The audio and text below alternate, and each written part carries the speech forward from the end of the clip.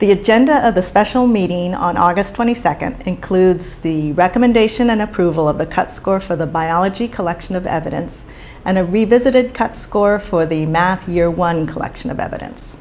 The biology end of course is a graduation requirement for the class of 2015, and the collection of evidence, or COE, is an approved alternative to the test. In a moment, you'll hear from Mike Middleton, Director of Selected Assessments at OSPI, about how the recommended cut scores were developed. Students who did the biology COE for the first time this year are waiting to hear if they passed based on these cut scores.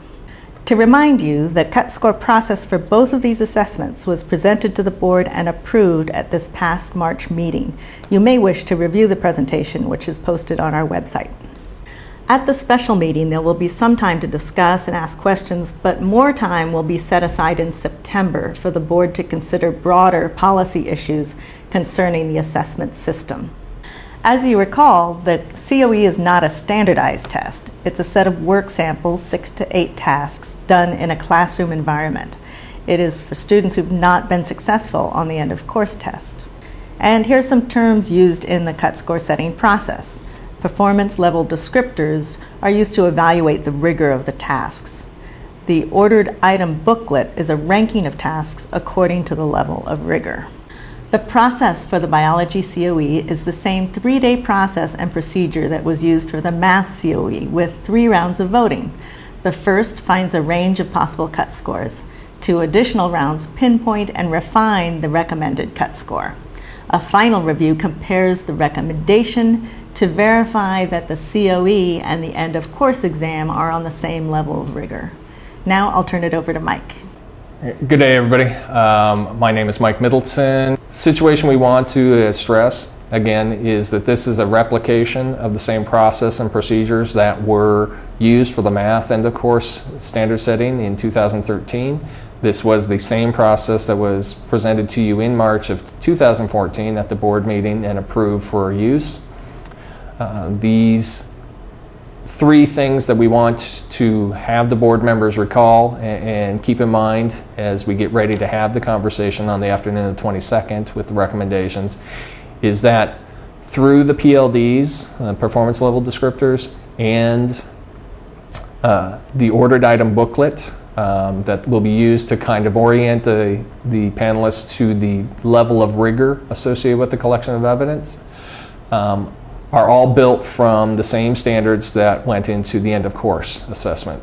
So there's the comparability to try and demonstrate rigor and common expectation. Even though there's group talk in their little tables, each individual will vote individually where they think the cut scores will be. A final point to keep in mind, some of these panelists are people who sat on the achievement level setting or the standard setting for the end of course exam, so they have consistency and knowledge about the expectations of students with biology as a graduation requirement and know what the students we should be expecting of students from the end of course, as well as what we should with the collection of evidence. These are intended to be same rigor of information and knowledge drawing from the students, so to have that consistency with similar panelists on both will help to keep the conversations on track and recognizing the expectations of students. With the math revisit, a 2-day process. They won't have to do the gray area setting, and they will be previously familiar with the process associated with the standard setting. This is intended to be an abbreviated just look at year 1 alone. And again, the purpose of this is because of a variety of new tasks that have just been initiated with students in their collections have been brought into the process, and we just want to check and make sure that what the first panel group established in 2013 still fits for the type of work expected with the new tasks in the year 1 math. 2-day process, going from where the cut score was with a little expansion of the gray zone around that to have an opportunity to look again a little closer, check the work, have an opportunity to look at the rigor expected of the students, and then do two rounds of voting and conclude in the same fashion with looking at impact data from this year's submissions against the new or same proficiency cut score.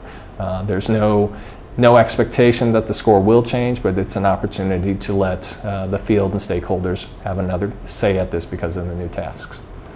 We realize that some board members have gone through this process a number of times, and to others it's completely new. Please contact me if you have questions about the process or you would like an individual briefing about the role of the board and the process.